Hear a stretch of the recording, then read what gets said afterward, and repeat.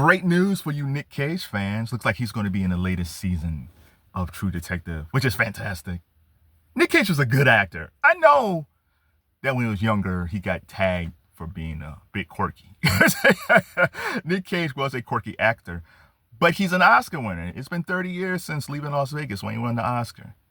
And then became that box office star, man. Like, I mean, it's just The Rock, National Treasure, Face Off. I love Face Off with Henry Travolta. He was fantastic. In fact, I interviewed this guy. He wrote a book about Nic Cage. It's on my channel. Go look at my podcast section. The guy wrote a book about Nic Cage, and he was really good friends with Sean Penn, and they were tight.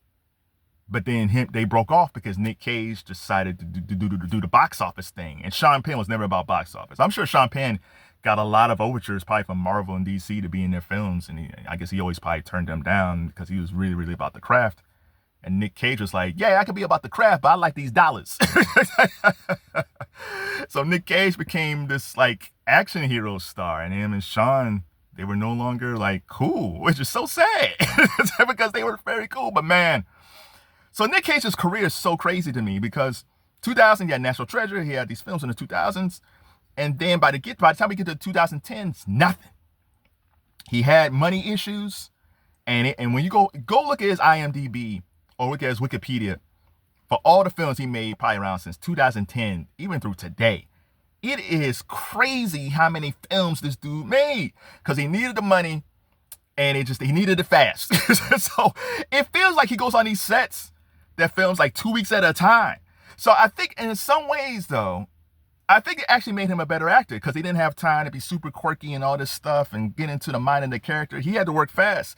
Because a lot of these films he probably filmed overseas. It was a tight budget. They didn't have time to mess with him. It's like, hey, bruh, we ain't got the cash for you to try to find your character. I need you to get in and get out.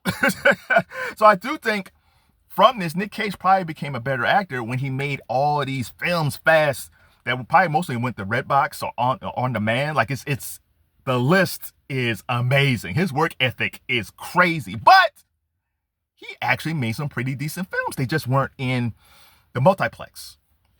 We get to 2022. So he's making all these films, and then you get to 2022, and he makes Unbearable Weight. And then people rediscovered Nic Cage again. It's like, oh my God, Nic Cage is a great actor. It's like, yeah, of course he's a great actor. It's like you guys forgot. Hollywood does this all the time. Adrian Brody just went through this. You're a young star. They don't care for you. You get into a hit film. Then you become a star. You win an Oscar or something like that. They kiss your ass. You get a big budget film. Then something happens. Either the films don't work or you do something wacky. And then Hollywood's done with you. Like Adrian Brody, he was in the abyss for years until like probably the past 5 years or so. He kind of came out of it. Brendan Fraser was the same way. Just in the abyss, out of sight, out of mind, making Redbox films. And Nic Cage, he fell into that same thing, and now all of a sudden everybody loves Nic Cage again. I think he's also now the voice of Spider-Man Noir. So shout out to Nic Cage, man. I love Nic Cage. Go check out the interview I have in my podcast section. It's really good. And Nic Cage, it's Nicolas Cage, because his real name is Nicolas Coppola. Because he's the nephew of Francis Ford Coppola, and his mother his mother was an actress. His dad, I think, was a professor, and he had a wacky family. It's not just Nick, and he was a quiet kid growing up, romantic, almost like a romantic, and he fell in love fast. Like it's like the reason he was married so often is that he would meet some chick and just fall in love with her. He said the first time he met Patricia Arquette, he fell in love with her. They didn't date, but he was in love with her, and they eventually got married, but they busted. They had a kid, I think, and they busted up. I think he married Lisa Marie Presley. Like, he is a hopeless romantic. He's just wacky as all hell. Shout out to Nicolas Cage. I'm looking forward to that True Detective. If you're a Nicolas Cage fan, what is your favorite Nicolas Cage movie? And what is your most underrated movie? I don't know, man. He's a talented guy. Shout out to True Detective. One of the best shows ever, especially that first season with Matthew McConaughey and Woody Harrelson.